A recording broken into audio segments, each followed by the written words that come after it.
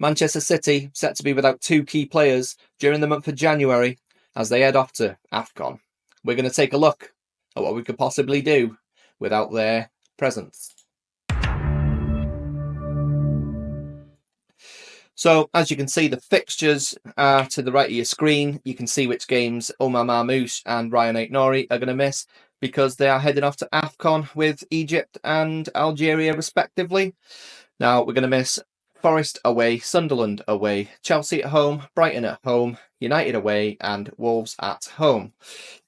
Is this going to affect us? Well, as you can see down the bottom, I've put PPP, which is proper planning prevents piss poor performance. So let's have a look at what we're going to miss while they're missing, and let's just have a look at how we're going to resolve those problems.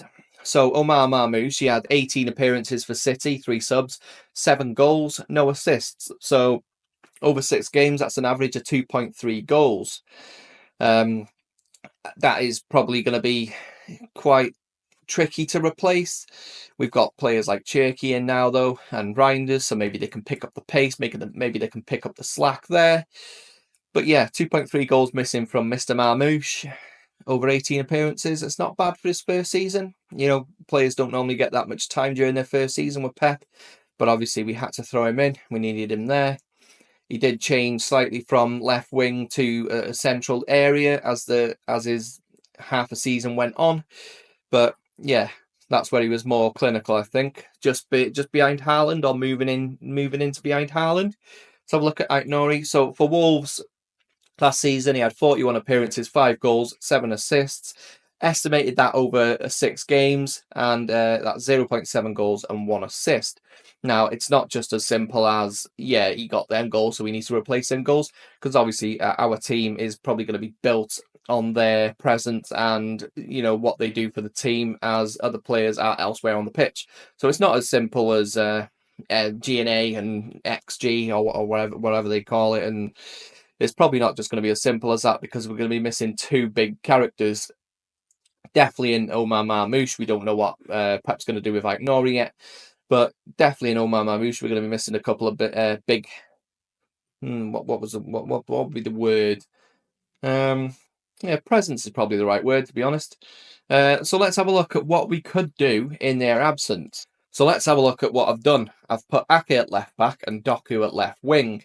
So as you can see, a very easy solution. That's probably the most plug and play solution, as long as Ake can stay fit.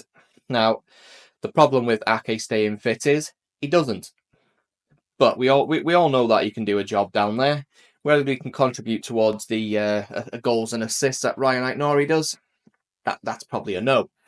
Maybe Reinders chips in a few, maybe Cherky chips in a few, but you know, we're missing a left back, and that left back was probably going to be very pivotal to what we were going to do.